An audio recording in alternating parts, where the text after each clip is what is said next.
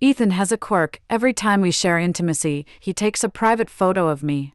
Tonight, he was especially zealous, coaxing me into taking an outrageously explicit photo. Afterward, I blushed and playfully complained, "What got into you today? You can't stop admiring one photo." Ethan didn't even lift his head, saying with a grin, "Sophia returns to the US tomorrow, and barring any surprises, this will be the last one. Of course, I need to keep a good souvenir." My body instantly stiffened. I asked him what he meant, dumbfounded. Ethan, however, tilted his head in confusion. What else could it mean? My dream girl, whom I've chased for 7 years, is returning to the US. Of course, I need to stay clean and stop messing around with you. Grace, we're close buddies. It's perfectly normal to satisfy each other's physical needs. You haven't developed romantic feelings for me, have you? With that, he tossed the torn stockings onto my face. All right, stop with that gloomy face, it's getting a bit disgusting. As your buddy, I'll keep your photos safe. Whenever isn't around, feel free to come over for service again. My heart felt as if it had been pierced by a sharp blade. It was then I realized that Ethan had never loved me. I was just his platonic friend. My body trembled uncontrollably, my palms icy cold. With red-rimmed eyes, I asked, "Ethan, you're saying I'm just your buddy? For 7 years, didn't you like me even a little? If he didn't like me, why was he so possessive, never allowing any other man near me? Why did he cling to me day and night? Why did he coax me into taking private photos, one after another? I thought Ethan and I were already an unspoken couple." Ethan's impatient voice answered me. "Grace, I thought you were different from those other pestering women. You're passionate, straightforward, and generous. You even agreed to those kinds of photos, that's why I kept you around. You know how much I like Sophia. What's with this betrayed look now? I'm not a bad catch either. And you weren't exactly suffering for these past 7 years, were you?" It turned out that when a person is in extreme sorrow, tears simply won't fall. A profound sense of humiliation surged within me. I let out a low, bitter laugh. Ethan and I grew up as childhood sweethearts. I was introverted, but he was always a mischievous kid. He was fearless, yet only gentle with me. If someone bullied me, he'd go smash their yard at midnight. Gradually, I grew accustomed to his blatant favoritism. But then Ethan went to college and fell in love with Sophia, the campus queen, at first sight, and that favoritism vanished. He made a grand public confession to Sophia, sending a truckload of roses to her building. Even after being rejected multiple times, he refused to give up, so infatuated that he couldn't eat or sleep from longing. On the day Sophia resolutely went abroad to study, Ethan knelt at the airport for 3 hours in public, but couldn't make her stay. Soon after, Ethan got into a car accident due to his despondent state. I saved him, giving him half my blood. And then, I provided him with meticulous care. Until that care led us to bed. When I woke up that day, I saw an empty pack of cigarettes next to Ethan. He said nothing, but his despondency was gone, and his usual gentleness returned to me. I thought he had finally let go. I thought he had accepted me. But only now did I understand that it was always my unrequited love. Something unattainable in youth will forever haunt one's life. Even after 7 years, Ethan hadn't forgotten Sophia, the one that got away. As soon as she returned to the US, he couldn't wait to cut ties with me. He even emphasized that I was just his platonic friend. The tears I had been holding back finally streamed down. I clumsily pulled on my clothes, then turned and slapped Ethan hard. "Ethan, consider my 7 years of devotion wasted. From now on, you chase your dream girl and don't ever bother me again." "Grace, are you crazy?" Behind me, Ethan was angrily trying to say something else, but I didn't want to see him anymore, so I rushed out. After crying hysterically at home until mid-morning, my emotions finally settled. I hesitated no longer and called Eleanor, "Mom, I agree to the arranged marriage with the Daniels. Discuss the wedding date, the sooner, the better. I've bought a flight to go abroad in 7 days." However, the next second, the villa door was violently pushed open. Ethan's gloomy face appeared before me. "Grace, what arranged marriage?" I hung up the phone and calmly brushed him off with an excuse. Thankfully, Ethan didn't think much of it. looking completely indifferent. I spoke with a cold expression. What do you want, coming to my house? Ethan slouched onto the sofa, crossing his legs casually. Well, I want to throw a welcome party for Sophia. I remember she likes the ocean, and your ocean view villa would be perfect. Can I borrow it for a day? Ethan finished, stating his demand as if it were his right, then nudged my elbow. We're buddies, aren't we? You wouldn't refuse to help a buddy chase his dream girl, would you? Buddy, always a buddy. Ethan mentioned buddy every other sentence. Was he trying to warn me not to have improper thoughts about him? Too bad he was overthinking it. I would be leaving soon. Fine, whatever you want. I couldn't be bothered to argue with him and turned to go upstairs. But behind me, a flicker of surprise crossed Ethan's eyes. The next day, as soon as I woke up, I saw the house filled with fresh flowers, as if I were in a dreamland. Ethan said he planned to confess to Sophia here today, so he had to decorate carefully. But I thought of a saying, love begins with a bouquet of flowers. Back then, I thought Ethan and I were already a couple, so I hinted that I wanted some romantic gestures, like flowers. But had said, Grace, how old are you? We've already slept together so many times, why do you still need flowers? Childish. Now, smelling the pervasive scent of flowers, I finally understood. Ethan wasn't incapable of romantic gestures, it was simply the difference between loving someone and not loving them.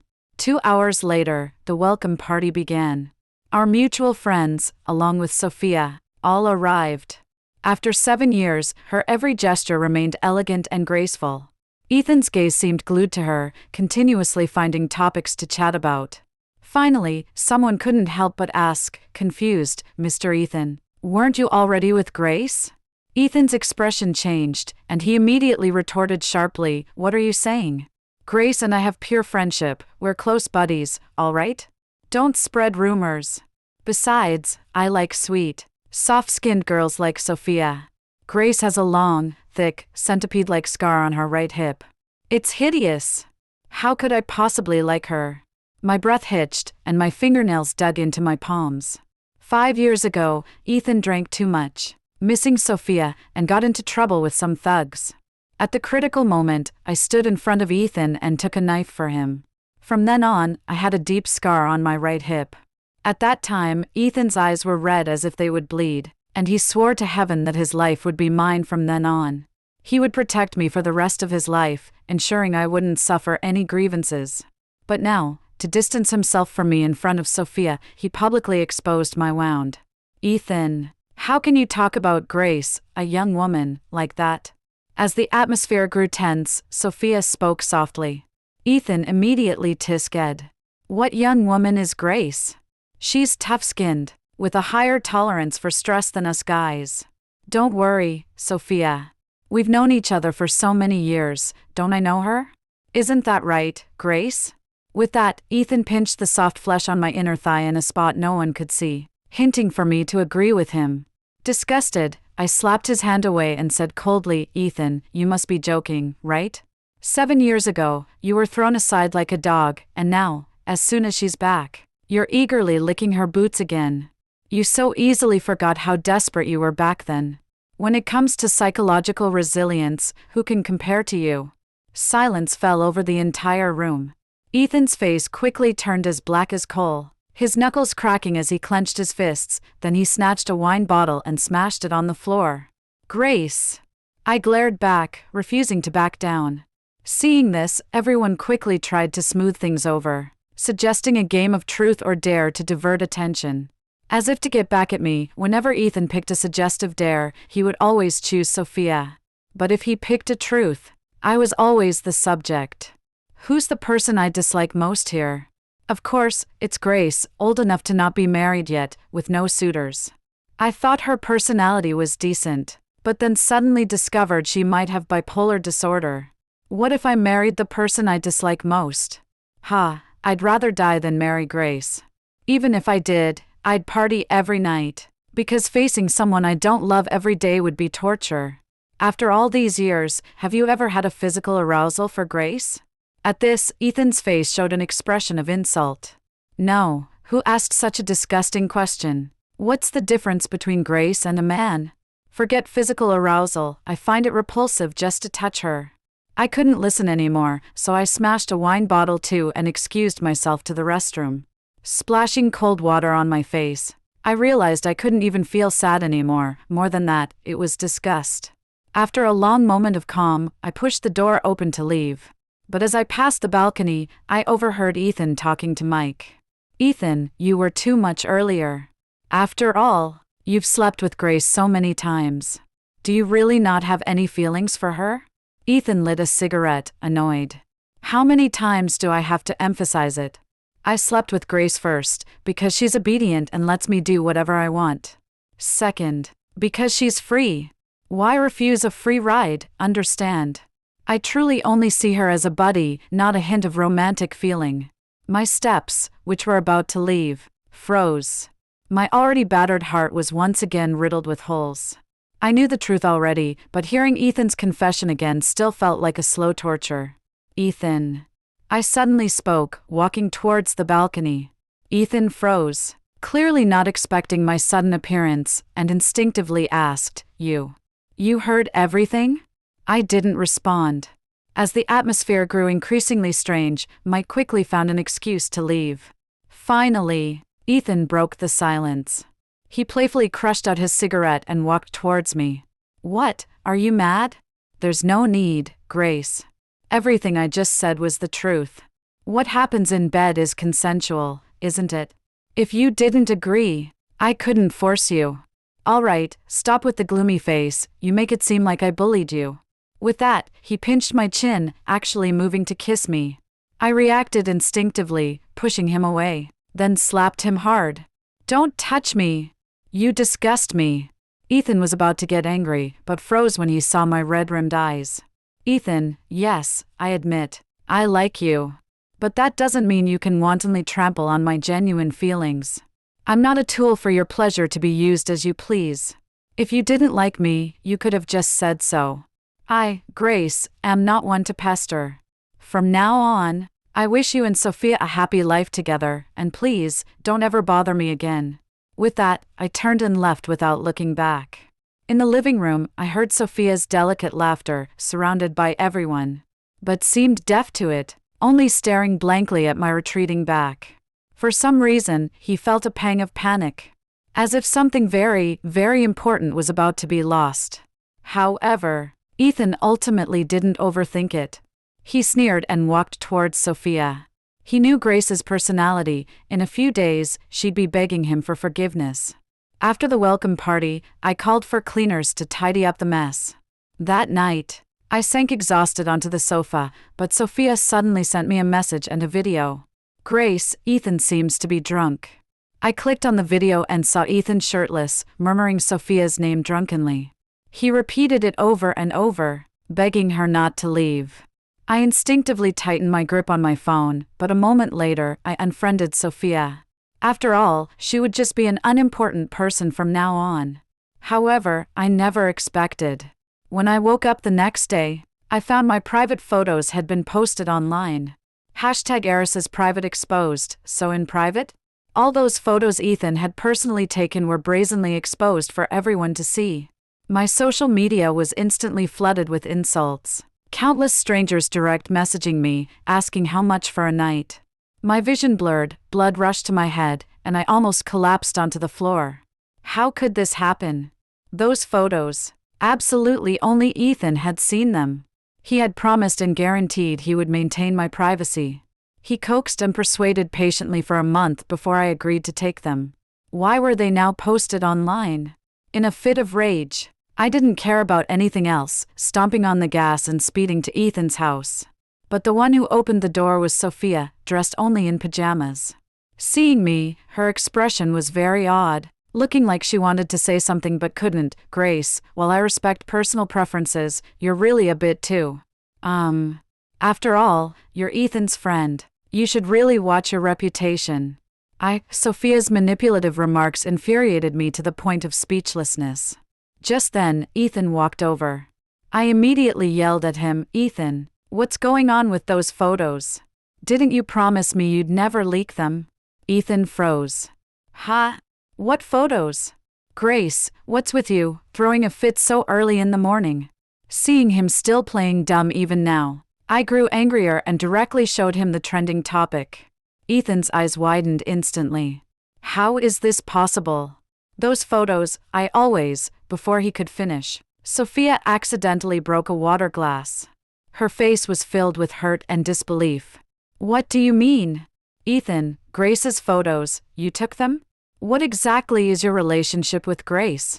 Ethan instantly forgot about me, anxiously grabbing her hand and assuring her, how could it be? I have absolutely nothing to do with Grace. These photos are ones she promiscuously took herself. Don't be angry, Sophia. Sophia looked skeptical. Really? Of course. It's true. Grace is promiscuous by nature and always plays around, that's why I hate being associated with her. Sophia, my heart is only for you. In the 7 years you were away, I didn't even get another girlfriend. Isn't that enough to prove my feelings for you? Sophia's expression softened, but I was struck dumb as if by lightning. Promiscuous? Took them herself? Promiscuous by nature? I never imagined such words would come from Ethan's mouth. My eyes instantly welled up. I stared fixedly at him. Ethan, do you dare to say that again? Those photos, did I really take them myself? Ethan, of course, didn't dare.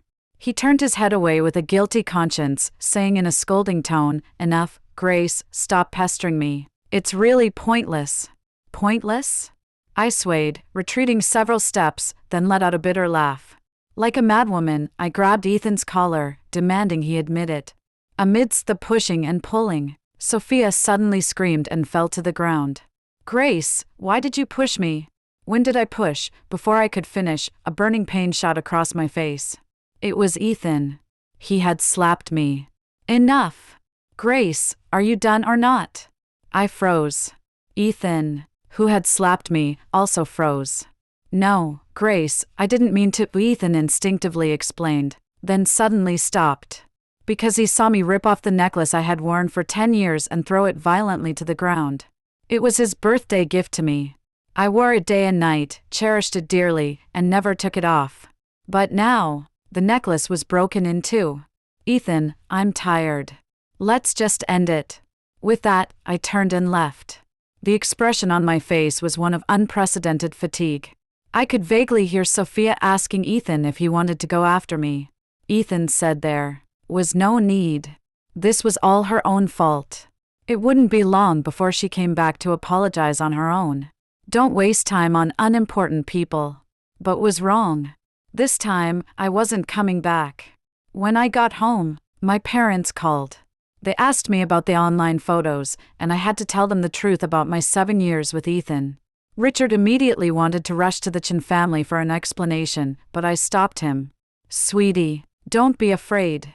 Just let your parents handle the online situation. Don't go anywhere these next few days, just rest at home. Your parents will pick you up to go abroad tomorrow morning. My eyes welled up with emotion, and tears fell. That night, I came down with a high fever. When I woke up, I saw several missed calls from Ethan, as well as his messages. Grace, it was wrong of me to hit you today, but you pushed Sophia first. And those things I said were also because Sophia was there, and I was afraid she'd misunderstand, so I had no choice but to say them. Of course, I know you're not that kind of person. We've been buddies for so many years. I know your character. I looked at the word buddy, and I laughed as I cried. To hell with buddy. Ethan, I never want you again. I took out my SIM card and broke it. Dragging my suitcase, I boarded the flight to go abroad. Time moved to the next day. Ethan looked at the empty message box, his brows deeply furrowed. He didn't even hear Sophia call his name. Why did he feel this inexplicable panic? What was Grace doing? It was this late, wasn't she awake yet? He couldn't help but send me another message. Just then, Sophia raised her voice slightly. Ethan, I said I'd be your girlfriend. Why aren't you reacting? Ethan came back to himself, but before he could even feel happy, he saw I had blocked him. Ethan's hand trembled, and a sudden surge of unprovoked anger rose in his heart. For 7 years, when had he and Grace not been completely in charge? Although occasionally threw a tantrum, he just had to casually brush her off a few times. and she'd make up with him. Forget blocking him, she had never even raised her voice. Although he had been cold to her these past few days because of Sophia, he had already apologized. But not only didn't appreciate it but dared to block him. Ethan had finally heard his long-desired dream girl accept his pursuit, but at this moment, he couldn't bring himself to be happy. His biggest thought was to go find Grace and make her apologize to him properly, just like before. Ethan thought it, and he did it. "Sophia, wait for me. I have something to take care of." He left a very expectant Sophia standing there, completely oblivious to the shock in her eyes. "Stop!" Hearing slightly hurried voice, Ethan was a bit confused. "What's wrong, Sophia? I really have an urgent matter to deal with right now. Aren't you usually the most gentle, considerate, and understanding person?" Sophia's face turned pale, then green. She knew Ethan liked her untouchable beauty persona the most, so she had been deliberately maintaining it. Had it not been to make Ethan obsess over her and leave an indelible mark in his heart, she wouldn't have gone abroad in the first place. Returning this time, she was determined to win Ethan over. But she never expected that when Ethan accepted her, he would be so indifferent. It was as if his past love for her had all been an act. "Nothing. Just wanted to remind you to come back quickly. I've booked a restaurant for tonight." Sophia forced an ugly smile. Ethan nodded and eagerly turned to leave. He didn't care about dinner now, he rushed to my villa at top speed. However, to his astonishment, the place was deserted, with no sign of me. He tried to contact me on many other platforms, but found that I had blocked him on all of them. Even my phone number was a disconnected number. All these signs amplified Ethan's growing unease. Just then, Sarah, his secretary, called him, "Mr. Ethan, what you asked me to investigate has been found. Ms. Grace's photos were indeed uploaded to the internet through your phone. The publication time was June 14th at 9 p.m. June 14th? Wasn't that the day of Sophia's welcome party? At 9 p.m., he was already completely drunk, and Sophia had brought him home. How could he have the energy to upload photos? Wait, Ethan suddenly froze. That meant the only person who could have accessed his phone then was Sophia. And the password for his private photo album had always been Sophia's birthday. She knew it. With a boom, Ethan's mind went blank for a moment, feeling as if something he had always believed in had shattered. The next second, Sarah said over the phone, "Mr. Ethan, just now, the He family announced their arranged marriage with the Daniels, and Mr. Daniel specifically sent you an engagement invitation. Would you like me to book you a flight?" Arranged marriage? Ethan instantly gripped his phone tightly, veins bulging on his arm, and raised his voice. "Where did you get these rumors? Grace just got out of my bed a few days ago. How could she be getting married to someone else so soon? Besides, she's always loved me to death, followed me for 7 years in an unofficial relationship. How could she be willing to marry someone else?" Listening to Ethan's furious roar, Sarah paused, then spoke hesitantly. It's official news from the He family. It can't be false. Besides, Mr. Ethan, didn't you say Ms. Grace was just your buddy? How could she love you?" "I'm sorry, Mr. Ethan," I spoke out of turn. Sarah dared not say more, but it left Ethan's indignant expression frozen on his face. Yes, he only treated Grace as a buddy. So who Grace married, what did it matter to him? Why was he so agitated? Ethan kept telling himself to calm down, but every time he thought of me wearing a wedding dress for another man, flirtatiously clinging to another man, a nameless rage shot straight to my head. Anger, jealousy, irritability. All sorts of negative emotions made him almost grind his teeth. Damn it! Without my permission, Grace shouldn't dream of marrying anyone else. Book the next flight, no. Take my private jet directly. I need to see Grace now. With that, Ethan was about to leave. But then, Sophia called him. Ethan hung up without a second thought. Grace was about to become someone else's wife. How could he have any mind for romance with anyone else? However, Sophia wouldn't give up, calling nonstop. Finally, he answered, annoyed, but spoke in an ill-tempered tone. "Are you bothering me? Didn't I tell you I have something to do? Why do you keep calling?" Sophia froze, stunned by his impatient tone. Ethan, why was he suddenly so harsh with her? Ethan, What exactly do you mean? I heard you're going abroad to find Grace. Why? Didn't you say she was just your buddy and you had no romantic feelings for her? Then why are you so nervous about her getting married? Ethan, I'm so scared you won't want me anymore. Don't go looking for her, please stay with me, all right? Sophia had spoken as softly as possible. But this time, Ethan didn't coax her as she expected. His tone grew even more impatient. Sophia, do you even know what's more important? How can you throw a tantrum at a time like this? If really marry someone else, what will I do? Stop bothering me, or I'll block you. Ethan? You're going to block me for Grace?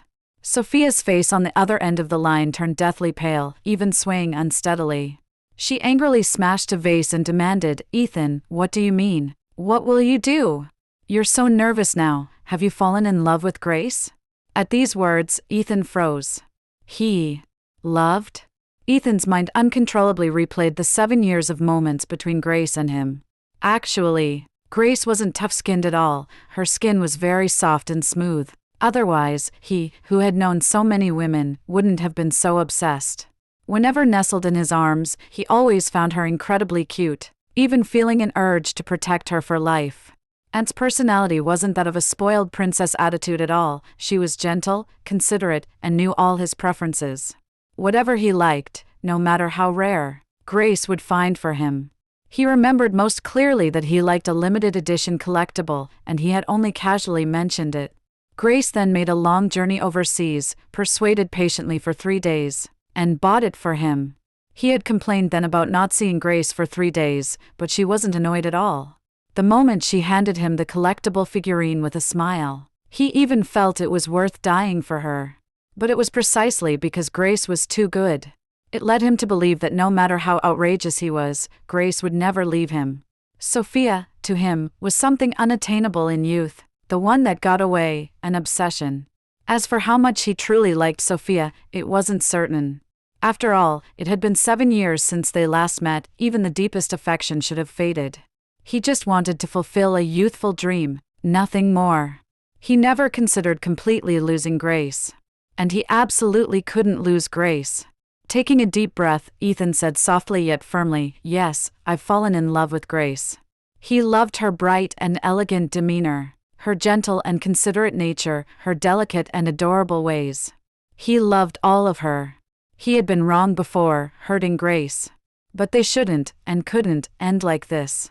After all, Grace loved him so much too. So he had to go abroad, to apologize to Grace properly, to bring Grace back. Ethan. On the phone, Sophia let out a hysterical scream, even breaking Ethan's name.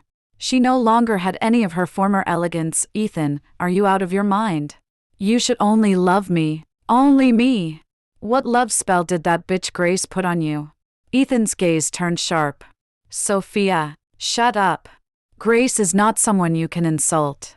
Don't think I don't know that it was you who secretly used my phone to expose Grace's photos that night. Once I bring Grace back, I'll deal with you properly.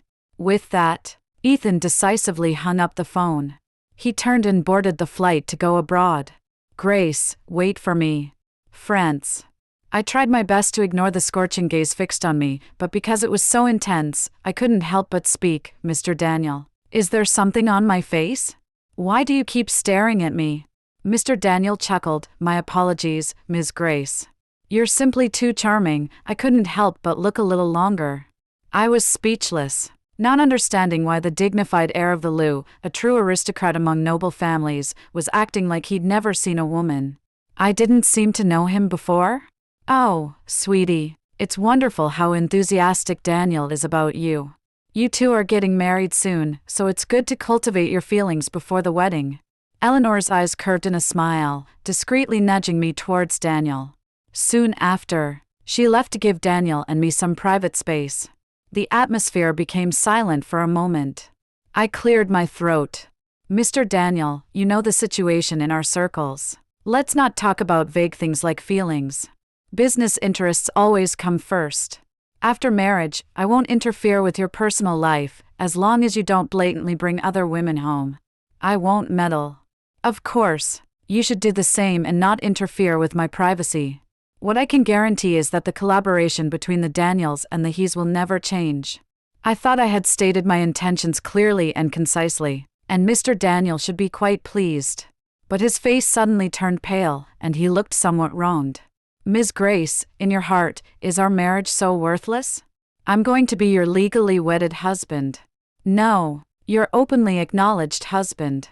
How can we just go our separate ways? I paused, eyeing him suspiciously. We didn't know each other before, and we have no feelings. Are you seriously suggesting you're sincere? Aren't arranged marriages among prominent families always like this? Daniel truly was strange.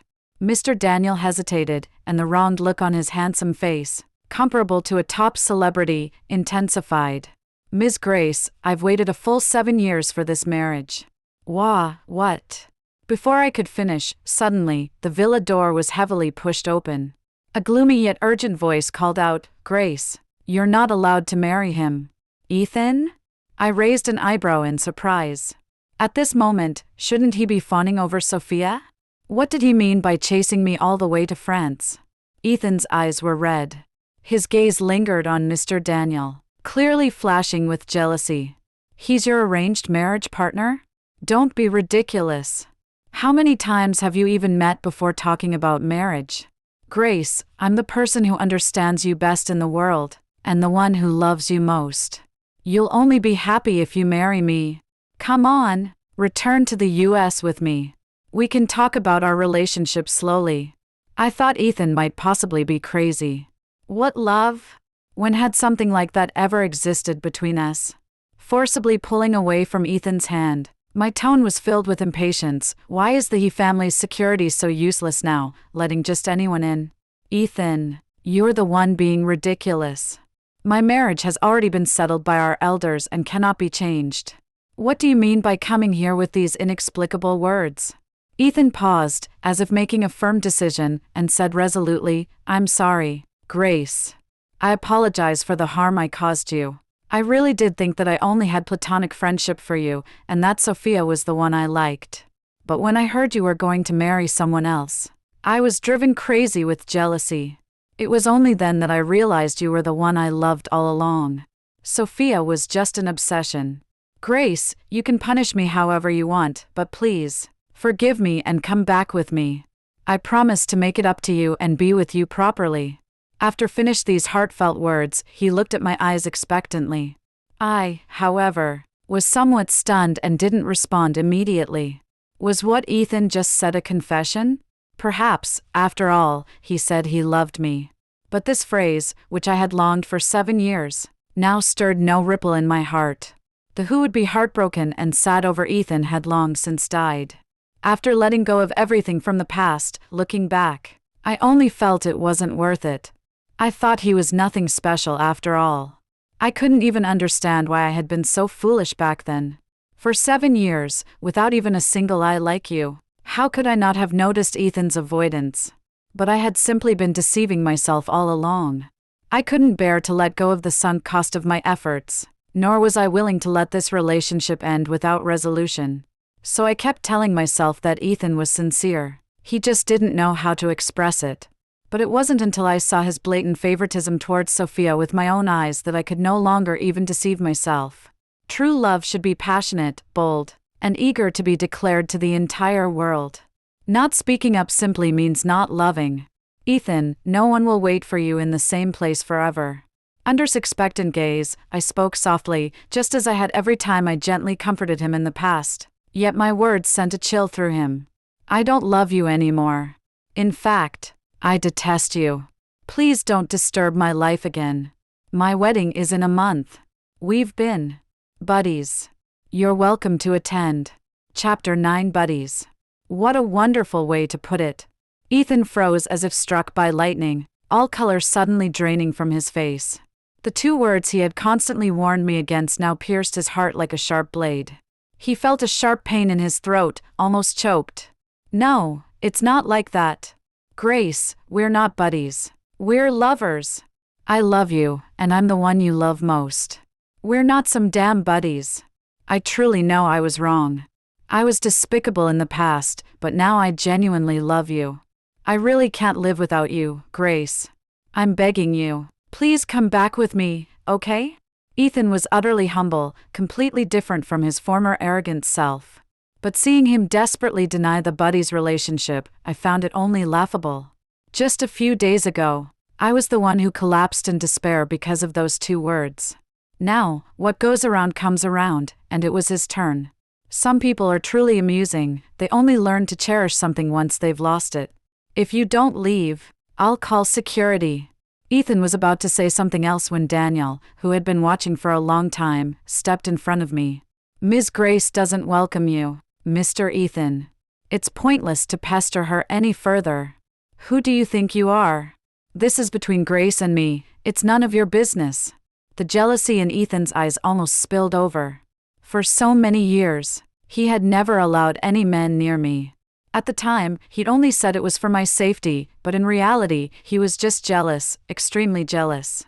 Daniel's face showed no offense or anger. Instead, with regal demeanor, he said, I apologize, Mr. Ethan, but I am Ms. Grace's fiancé, so I naturally have the right to intervene. Jealousy, regret, despair. All these emotions appeared on Ethan's face simultaneously. I watched with relish. Finally, I called security and had Ethan dragged out. But he refused to give up, continuing to pester me in the following days. Every day, he would send me various gifts, as if trying to make up for the regrets of those 7 years. Especially flowers, he spent a fortune, bought out all the florists in town, and built a giant castle made of fresh flowers to propose to me. But I simply said offhandedly, it's too much of an eyesore. Take it down.